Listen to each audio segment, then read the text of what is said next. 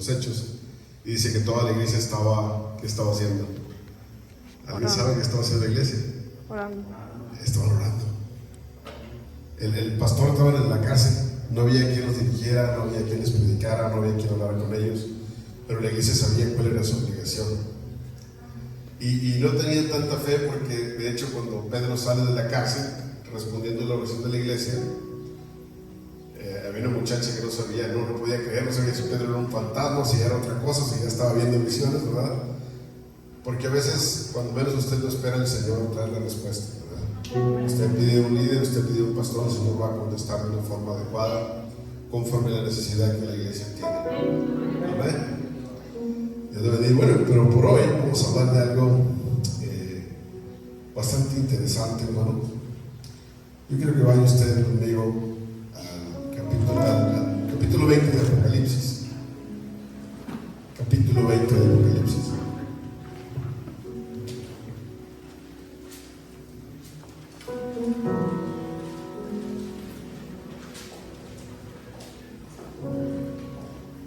Ahí en el versículo 11. Capítulo 20 de Apocalipsis, versículo 11. Cuando lo tenga, me puede indicar con amén. Estamos todos ahí. Le voy a dar lectura, hermano, y cuando usted vea que estoy haciendo como que una indicación para que usted lea conmigo, por favor hágalo. Esa es mi costumbre, porque quiero resaltar ciertas cosas, porque usted lee ciertas cosas, y solamente a través de esa dinámica es como lo voy a hacer. Dice así la palabra del Señor: y vi un gran trono blanco y al que estaba sentado en él, de delante del cual huyeron la tierra y el cielo, y ningún lugar se encontró para ellos. Y vi los muertos grandes y pequeños de pie ante quién, ante Dios, y los libros fueron abiertos, y otro libro fue abierto, el cual es el libro de la vida, y fueron juzgados los muertos por las cosas que estaban escritos en los libros según sus qué. Y el mar entregó los muertos que había en él, y la muerte y el Hades entregaron los muertos que había en ellos, y fueron juzgados cada uno según sus qué obras. Y la muerte y el Hades fueron lanzados al lago de fuego. Esta es la muerte segunda. Y luego que lea este último versículo conmigo: el que no se halló inscrito en el libro de la vida fue lanzado al lago de fuego. Padre Santo, que estás en el cielo, en la tierra y en todo lugar, confiando, Señor, en que tu palabra es una espada de dos filos, que tu palabra también es un cuento que sale, corta, Señor, y sana. Padre, a través de tu palabra, llámanos a un arrepentimiento genuino, a una conversión genuina, a una entrega total, Señor, y sobre todo a una confianza en nuestra salvación. Te pido en el nombre de Jesús que nos hables a través de las verdades sobre el libro de la vida, sobre la Biblia y sobre el libro de los libros. En el nombre de Jesús te damos gracias, y todo el pueblo del Señor dice amén. Voy a tomar su lugar. Hermanos, siempre hago esta pregunta: ¿quién ha leído la Biblia toda completa por lo menos una vez? Levanta la mano sin miedo. Por lo menos una vez. ¿Cuántos de los que no han leído la Biblia por lo menos una vez llegan a las genealogías y dejan de leer? Y ya no le entienden, no, es que el hijo de no sé quién y el hijo de no sé cuántos, y una lista de puros nombres que no pueden pronunciar. ¿Cuántos de ustedes han llegado ahí y se aburren o de plano hacen la Biblia a un lado? Muchos de ustedes lo hacen, ¿verdad? Y es porque no sabemos de qué se tratan esas genealogías. No entendemos a veces la importancia de por qué Dios manda escribir esos nombres. Y solamente leemos Ibaratías, hijo de Salatiel, hijo de Zorobabel, hijo de Salabiel, y de vez en cuando tenemos uno, y este fue el que mató a 500 soldados con una espada. De vez en cuando tenemos ese tipo de cosas. Y Dios mandaba escribir esto, hermano, para que la línea de los israelitas no se perdiera y siempre supieran ellos de dónde venían, quién eran sus padres, quién eran sus abuelos, cuál era la línea que se seguía, porque tenía planeado hacer una genealogía hasta Jesús. Amén. Pero también tenía otro significado importante para los israelitas. Va a leer usted muchas veces en el Antiguo Testamento que viene una frase que dice: y será cortado de su pueblo. Cuando alguien cometía algún pecado o algo ilícito, dice: será cortado de su pueblo. Y la idea de será cortado todo su pueblo no es nada más, lo van a echar para afuera, lo van a mandar a vivir a Saltillo. No. Era que esa persona ya no iba a tener lugar en Israel, ni en esta vida, ni en la otra tampoco. No era solamente una frase que condenaba a la persona al exilio, sino que la condenaba fuera del orden de Dios, fuera del pueblo de Dios. Es decir, la persona no tenía acceso a ser salva.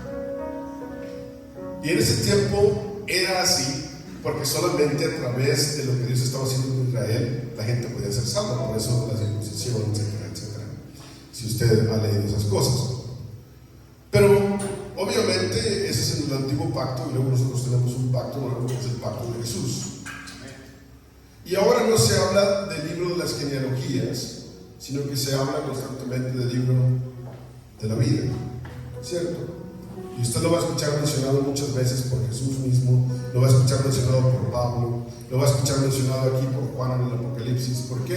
Porque el libro de la vida tenía una importancia sumamente tremenda. Es nuestra salvación, es tener la credencial del cielo, es tener la ciudadanía celestial.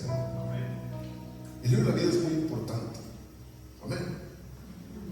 Pero juntamente con el libro de la vida, vemos que se abren, dice, los libros fueron abiertos. Entonces se habla de unos libros. Y luego se habla también, dice, también fue abierto el libro de la vida. Es decir, que el libro de la vida está separado de los otros libros. Es un libro diferente a los otros libros.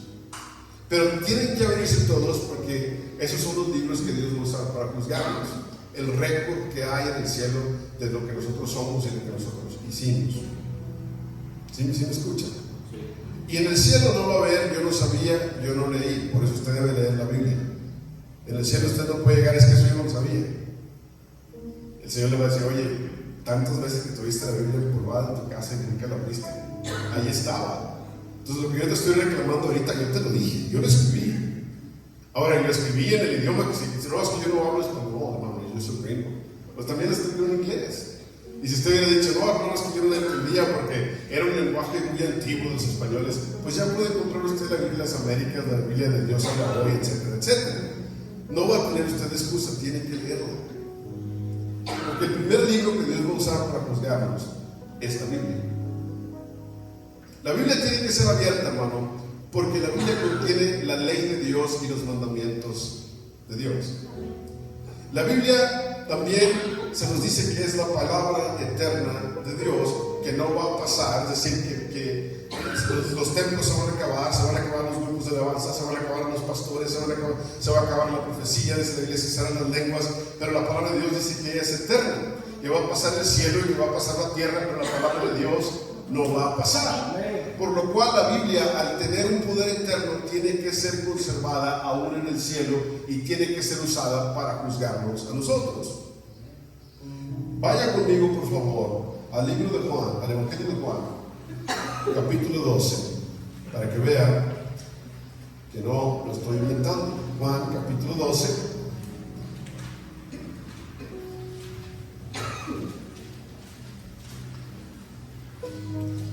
Versículo 47 al 50. Dice la palabra del Señor: al que oye mis ¿qué? Y no las guarda. ¿Qué dice el Señor Jesús? Yo no me juzgo, porque yo no he venido a juzgar al mundo, sino a salvar al mundo. El que me rechaza y no recibe mis palabras, tiene quien le juzgue. ¿Qué dice lo siguiente? La palabra que he hablado, ella dice que le juzgará en el día postrero, porque yo no he hablado por mi propia cuenta. El Padre que me envió, Él me dio mandamiento de lo que he de decir y de lo que he de hablar, y sé que su mandamiento es vida ¿qué? Eterna. Así pues, lo que yo hablo, lo hablo como el Padre me lo ha dicho. Esto es muy importante resaltarlo, porque le van a decir a usted en algunas ocasiones que la Biblia no es verdad, que la Biblia no es cierto, que no sabemos, que la tradujeron muchas veces, que la volvieron a traducir, que ya le cambiaron aquí, que le cambiaron allá, que las palabras no son las mismas y que a lo mejor los autores no eran los verdaderos, etcétera, etcétera. Atacan muchísimo la Biblia. Como si usted dijera: hey, ¿yo cómo voy a confiar en la Constitución Nacional Mexicana si no sé ni quién la escribió? Me dicen quién conocer, quién sabe quién la firmó, quién sabe quién la escribió, y yo por eso maté al vecino y yo no voy a la cárcel porque yo no creo en la Constitución Mexicana. ¿Qué le va a decir después cuando usted se para delante de él? La Constitución Mexicana existe, ¿está usted de acuerdo o no está usted de acuerdo? ¿Es verdad? Y muchas veces queremos tratar la Biblia como un panfleto meramente espiritual o meramente místico. Y la Biblia no es eso. Jesús dice: en este libro hay vida eterna. En otras palabras, le da a Jesús una trascendencia muy especial a la Biblia. ¿Por qué? Porque dice, esta Biblia, dice, son mandamientos que tú te vas a morir y van a seguir. Y se van a morir tus hijos y van a seguir. Y se van a morir los hijos de tus hijos y van a seguir estos mandamientos, porque en ellos hay vida eterna. Y si hay algo eterno, una cosa quiere decir que esto no se va a acabar nunca. Y de hecho, las constituciones del mundo están diseñadas en torno a qué. ¿Por qué? Porque esta palabra es fiel, es verdadera y es buena. Y cuando se sigue, produce cosas positivas en la sociedad. Y son las leyes, hermano, que no emanan de la Escritura, las que destruyen un pueblo. Las leyes que dicen que la autoridad máxima es inmune a cualquier tipo de juicio, destruye un pueblo. ¿Por qué? Porque le da un poder a un gobernante que ese poder no le corresponde. Son las leyes que dicen, hermano, que los impuestos sobre impuestos sobre impuestos sobre impuestos sobre impuestos que tenemos, usted se muere y paga impuestos también. Las que destruyen a un pueblo porque le ponen una carga encima que le hace daño. Cuando la Biblia dice: no oprimirás al pobre, ni tampoco le harás pagar cosas que no puede pagar. Y esto se lo digo no para que se levanten armas contra el gobierno de Manuel López Obrador, no. Se lo digo para que usted sepa que la ley que está en la Biblia va a juzgar aún las leyes que están en la tierra. Y a todas aquellas gentes que hicieron leyes para oprimir al pobre, para oprimir al ciudadano, van a tener que responder ante Dios por las leyes que hicieron, que oprimían a los demás. Porque hay leyes, inclusive en países, que le prohíben a una persona creer en Cristo. Y creer en Cristo es ilegal. ¿Se imaginan lo que esa persona le va a responder al Señor? Porque no te va a juzgar conforme a la ley de Estados Unidos, o la ley de China, o la ley de México. Te va a juzgar conforme a una ley eterna, que aplicaba en el pueblo de Israel, aplicó en Roma, aplicó en la antigua Grecia, aplicó en Europa, aplica en China, aplica en África, aplica en México. Esta es la ley con la que Dios va a juzgar al mundo. Y cuando esta ley dice que aún mi deseo de que una persona se muera, eso ya es cometer asesinato, esa ley lo va a juzgar. No tengo que ir a hacerle daño a una persona para yo también cometer asesinato en mi corazón. Cuando esta palabra me dice que aún el pensamiento de cometer adulterio con otra persona que no es mi esposa ya es adulterio, aunque no lo haga físicamente, conforme a esa ley voy a ser juzgado. Es difícil a veces escuchar esto, ¿verdad? Porque nuestro Dios tiene una excelencia más grande que la que el mundo tiene. Y muchas veces vemos: es que Dios me ama, Dios me ama, Dios me ama, se le va a olvidar lo que estoy haciendo. O hay gente que dice: la gente que va a la iglesia es muy hipócrita porque dice: no, voy a hacer esto malo y después Dios no me va a perdonar. Hermano, no se acostumbre a esa forma de ser. Porque quizá el día que Dios le llame a su presencia, usted está haciendo lo malo delante de Él. Y dice la Biblia muy claro que Dios no puede hacer que no se puede usted burlar de Dios, ni puede usar de su gracia. Y el día que usted esté delante de Dios, la Biblia nos va a juzgar. Y Dios va a decir: oye, ¿hiciste esto? No, es que yo no sabía. Bueno, pues aquí está en el capítulo fulanito de tal parte de la Biblia que eso tenías que hacer. ¿Por qué no lo hiciste? Es que nadie me dijo. Y no leíste la Biblia. Es que se me pasó, es que no lo entendía. ¿Sí lo entiende? Hermano, no hay excusa. Lea su Biblia. Porque tanto hay aquí leyes que nos van a juzgar, como hay bendiciones que necesitamos saber. Y no se brinque las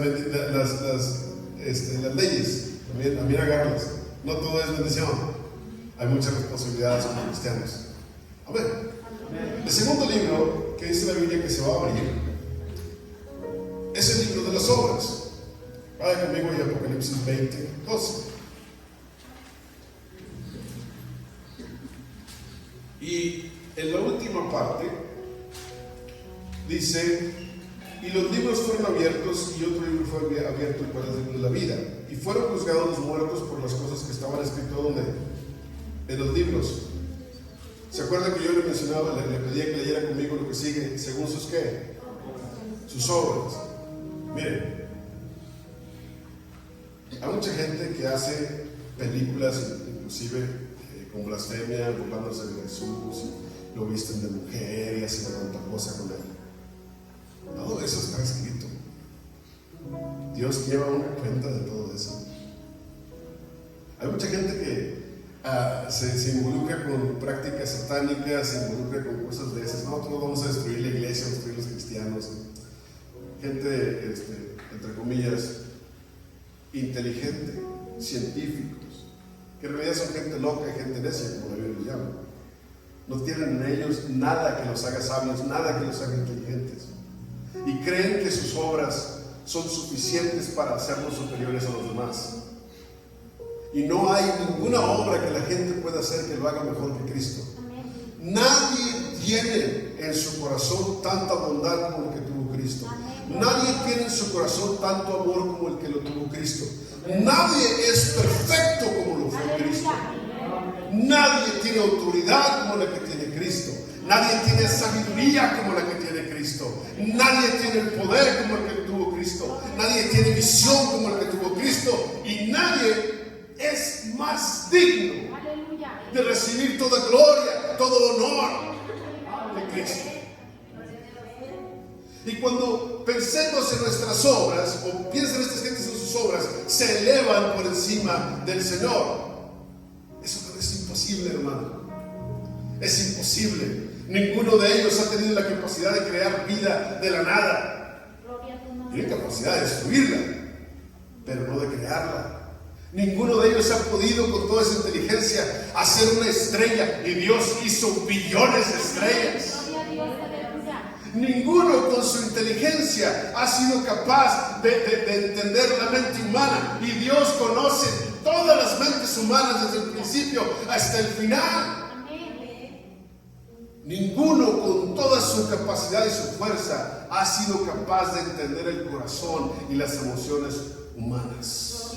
Y Dios entiende hasta lo más recóndito de nuestros corazones. Aún las cosas que usted y yo no entendemos de nosotros mismos, Dios las conoce. Entonces las obras de estas personas no los pueden elevar.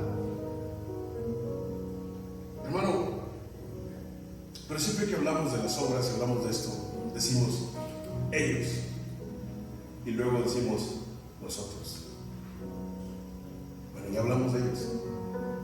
Hablemos de nosotros.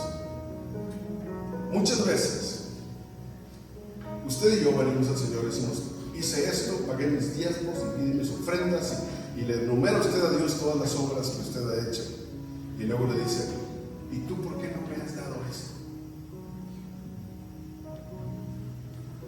Y tomamos una actitud donde ponemos nuestras obras por encima de lo que Dios es. Y yo le digo esto: ¿cuántas veces usted ha venido al altar a Dios y Dios le ha echado en cara todo lo que usted ha hecho, todo lo que usted ha dicho? Nunca. Porque Dios dice: cuando tú te arrepientes, yo me voy a olvidar de tus pecados.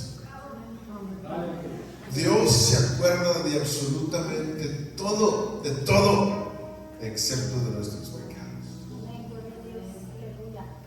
Es algo impresionante. Que nosotros queremos presentarle a Dios el libro de las obras que nosotros hemos escrito. Queremos presentarle a Dios el libro de las obras que nosotros conocemos, creyendo que nosotros sabemos lo que Dios está haciendo. Mira lo que estás haciendo aquí, mira lo que estás haciendo allá, y por qué estás bendiciendo a aquel, y por qué estás dando al otro. Y empezamos nosotros a juzgar a Dios con un libro que nosotros traemos ahí, una libretita. Imagínense Dios sacar el libro que Él tiene escrito en nosotros. donde Él mismo dice: yo te conocí antes de que tú nacieras. Desde que estaba siendo formado en el vientre de tu madre, mi embrión vieron tus ojos. ¿Qué me vas a decir tú a mí? Como le respondió Dios a Job. A ver, vamos a ver, Job, y este animal y aquel animal, y tú los hiciste. No, ni siquiera sé qué es. Todavía la gente se pelea si había dinosaurios en la Biblia, no hay dinosaurios en la Biblia. ¿Se imagina? Y esa gente quiere juzgar a Dios. ¿Cuándo vamos a poder juzgar al Todopoderoso, que todo lo sabe, al Dios omnisciente?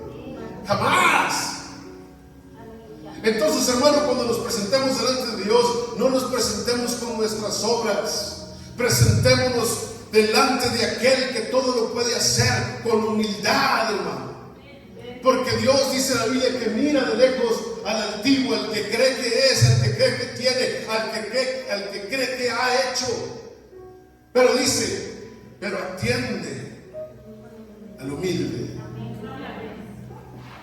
Siéntate, pásale, vamos a hablar. Cuando vienes con humildad, Dios no rechaza un corazón contrito y humillado. Y cuando hablamos de que este libro va a juzgar a las personas, hermano, queremos que en ese libro mis pecados y sus pecados no estén presentes, y solamente aquellas cosas que hicimos para el Señor. Aquí dice que la hermanita barrió la iglesia. Aquí dice que la hermana oró por el pastor. Aquí dice que la hermana ayudó en la actividad. Aquí dice que el hermano, cuando se encontró a alguien, le dio un folleto. No supo qué decirle, pero le dio un folleto. Aquí está que el hermano, cuando vio a alguien triste, no supo cómo orar, no supo qué decir, pero puso su mano sobre su hombro y la persona se sintió confortada. Aquí está el texto que la mamá le decía a su niño antes de dormir. Aquí está la palabra que aquel hermano le daba a su amigo en el trabajo al no saber cómo resolverle. Mira, yo sé que Dios te ama. Yo sé que Dios restaura matrimonios. Aquí está todo escrito. Y qué bonito sería que eso sea lo único que Dios lea cuando estemos delante de Él. Porque en el Señor no hay cosa pequeña. Las cositas que nosotros consideramos pequeñas en el reino de los cielos hacen ruido, hermano. Hay un eco enorme, hay un poder que se mueve, hay un diablo que tiembla con las cositas pequeñas que hacemos para el Señor.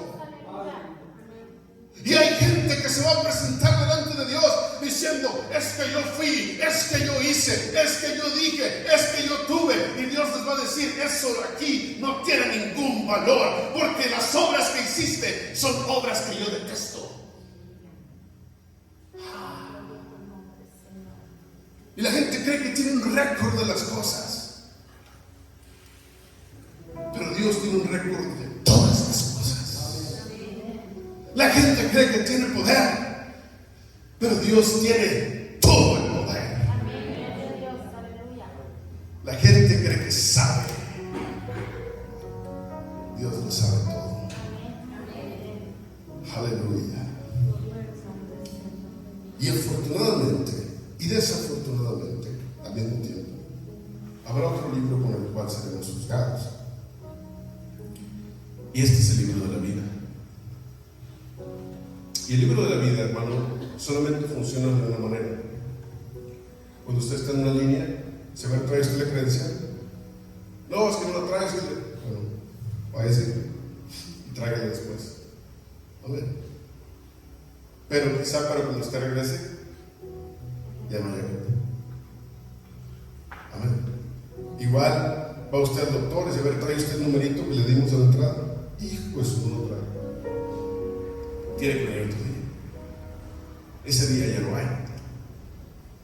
Ahora, el libro de la vida funciona de una manera extraordinaria, porque no es un libro que los ángeles escribieron, ni es un libro que el hombre escribió, ni es un libro del cual se tenga conocimiento en ninguna parte del mundo cuáles nombres están escritos ahí.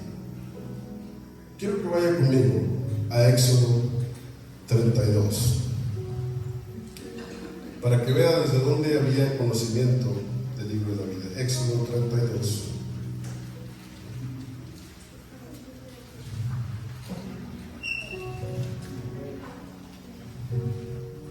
O tengo, me puede indicar con una mano. Pastor, todavía no lo encuentro ya, entonces ahí.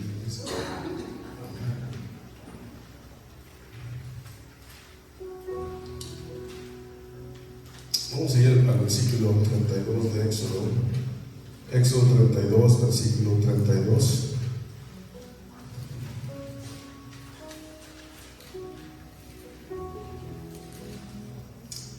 Dice ahí Moisés. Bueno, vamos a dar el versículo 31. Dice: entonces volvió Moisés a Jehová y dijo: te ruego, pues este pueblo ha cometido un gran pecado, porque se hicieron dioses de oro, que perdones ahora su pecado, y si no, ráyame ahora de tu ¿qué? De tu libro que has ¿qué? ¿Quién escribió ese libro? ¿Quién escribe en ese libro? El único que tiene el poder de escribir en el libro de la vida es Dios. Es Dios. Por eso no hay ningún santo, ni ninguna virgen, ni ningún hada que pueda interceder por nuestra salvación, más que Cristo mismo. Porque solamente Dios escribe ahí. No hay ningún otro acceso a ese libro más que a través de Jesús. Y este libro, de acuerdo a estos versículos, Moisés se consideraba escrito ahí. Y es todos aquellos que aceptan seguir a Dios con todo su corazón, con toda su mente, con toda su alma, que dicen: Señor, aquí estoy, Señor, yo te necesito, yo quiero ser salvo, están escritos ahí. Pues usted puede estar seguro de su salvación, como Moisés lo estaba. Pero Moisés amaba tanto al pueblo que decía: Señor, si no lo vas a perdonar a ellos, pues también a mí bórrame de ahí.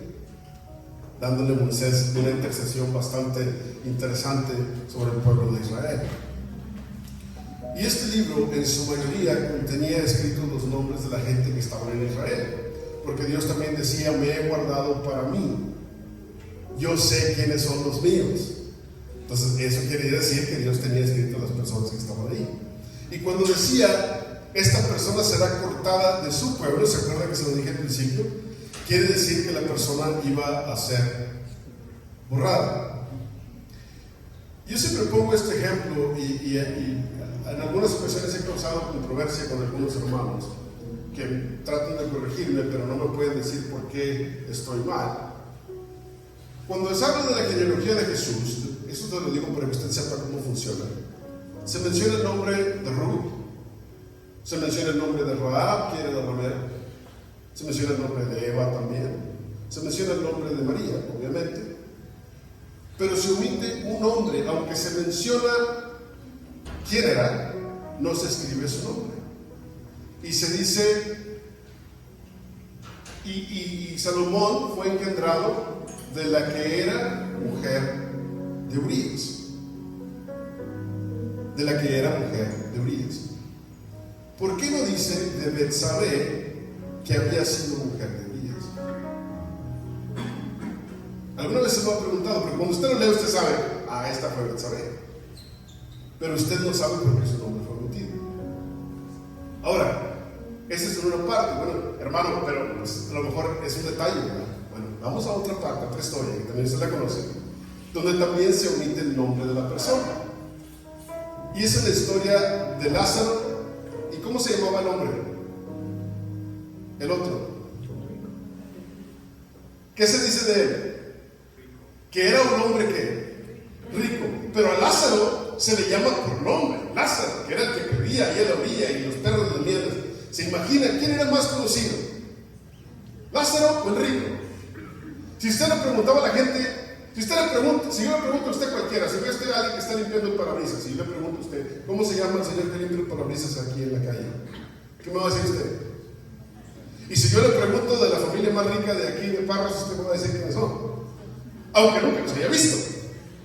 Pero aquí Jesús nos dice que el que era conocido en el cielo era Lázaro, y el que nadie conocía en el cielo era el hombre rico. Sin embargo, se dice: había allí un hombre rico, se le identifica como algo que había hecho. Sin embargo, su nombre en el cielo no era conocido. Por eso yo siempre que leo esas genealogías de Jesús y llego a esa parte de Betsabé, que solamente se dice la que había sido mujer de Urías, yo siempre me quedo pensando, ¿por qué Dios no la menciona? Porque a lo mejor en el cielo ella no tiene peso. Y ahora le voy a decir a usted algo muy interesante. Los nombres de todos los que son salvos aquí están escritos en el libro de vida. Ponga atención. Y puede que el abuelo sea salvo y que el nieto sea salvo, y a lo mejor el medio no quiere nada de Dios. Es una palabra dura, ponga atención. Y que cuando se esté leyendo en el libro de la vida, como se lee como una genealogía, ahorita le voy a decir por qué, Dios quizás se brinque ese nombre y solamente diga: y a Josué que le nació un hijo que engendró a Pablo. Y Josué y Pablo son salvos, y el hijo que estuvo en medio no se sabe cómo se llamó, porque su nombre no aparece en el libro de la vida. ¿Por qué le digo así, hermano? ¿Por qué es así? Porque cuando la Biblia dice que Dios salvó al centurión, dice: serás salvo tú y toda tu ¿qué? Porque el Señor tiene una genealogía escrita desde el principio, desde Adán hasta la última persona que nazca. Dios va a saber todo de todos. El punto y lo que nos va a distinguir es que algunos vamos a estar escritos en el libro de la vida y otros nombres simplemente no van a ser encontrados. Hermano, la Biblia también dice que en el cielo estarán las familias reunidas, porque no dice serán benditas todas las personas de la tierra, dice serán benditas todas las ¿qué? Todas las familias de la tierra, todas las naciones de la tierra. ¿No me cree? Vamos a Daniel 12:1, hermano.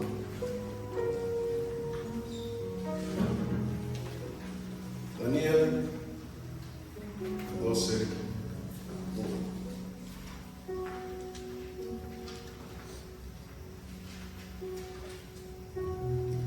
Dice: en aquel tiempo se levantará Miguel, el gran príncipe que está en parte de los hijos de tu pueblo, y será tiempo de angustia, el cual nunca fue desde que hubo gente hasta entonces, hablando del fin del mundo.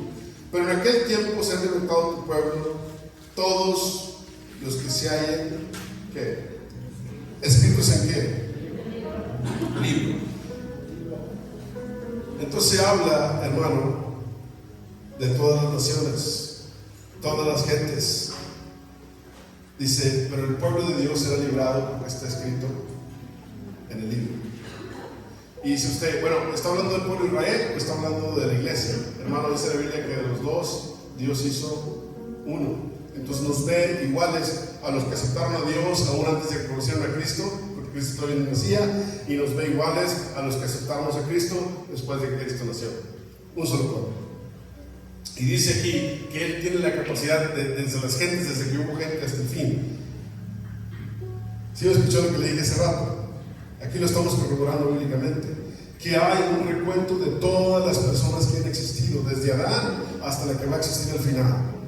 Y es como un árbol grandote donde todas las genealogías, todas las personas están ahí. Dice usted: hermano, pero luego se murieron todos y quedó Noé. Bueno, pues todavía con mayor razón, porque usted ve en Génesis que las naciones de la tierra se dividen en base a los hijos de Noé, y sin embargo todos estamos ahí, partimos de Noé. Dice: bueno, pero luego fue Abraham, y Abraham, entonces sí, los judíos parten de Abraham, pero nosotros partimos de Noé, y Noé parte también de Adán. Y cuando leemos la genealogía en Lucas lleva a Jesús hasta ser hijo de Adán. Dice que fue hijo de Adán, Adán hijo de quién? Adán hijo de Dios. Hijo de Adán, hijo de Dios, desde el principio hasta el fin. Pareciera que esto es mucha teología, pero se lo voy a poner más sencillo.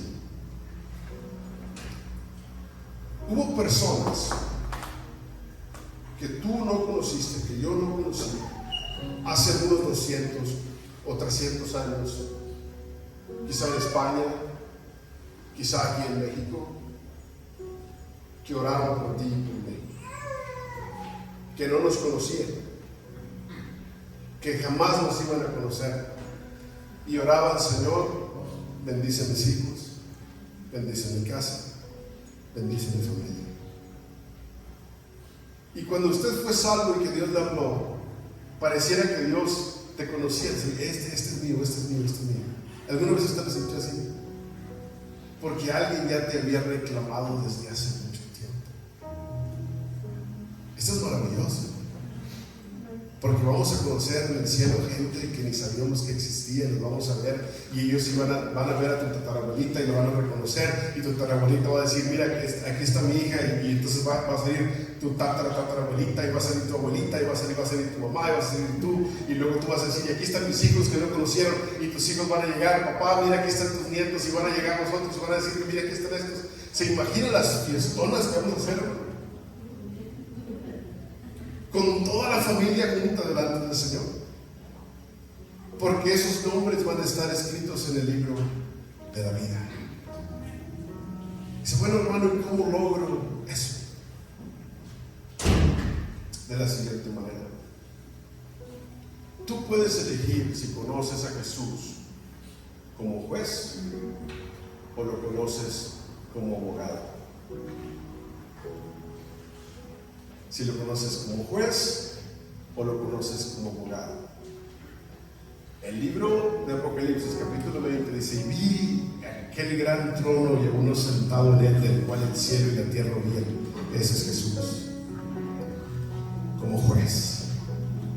Pero la Biblia me dice: si alguno de nosotros cayera en pecado, abogado tenemos para con el Padre. Jesús nunca ha perdido un caso. ¿Por qué? Porque todo lo que Él tiene que hacer es abrir el libro de la vida, buscarte y decir: sí, aquí está, aquí lo tengo, aquí está, es de los míos, aceptó mi palabra, yo lo defiendo por ningún problema. Dice el apóstol Pablo: ahora bien, para los que están en Cristo Jesús no hay ninguna condenación. Y entonces, cuando se abra, hermano, la Biblia, pues el Señor va a decir: aquí está, buen siervo fiel, entra al gozo de tu Señor por las cosas que has hecho para mí.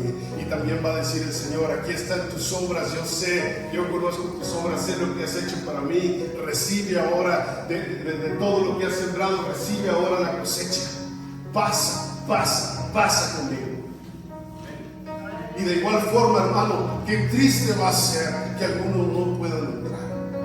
Que algunos se vean ahí: Señor, es que yo no supe, Señor, es que yo no estaba, es que yo no creí, es que yo no entendí.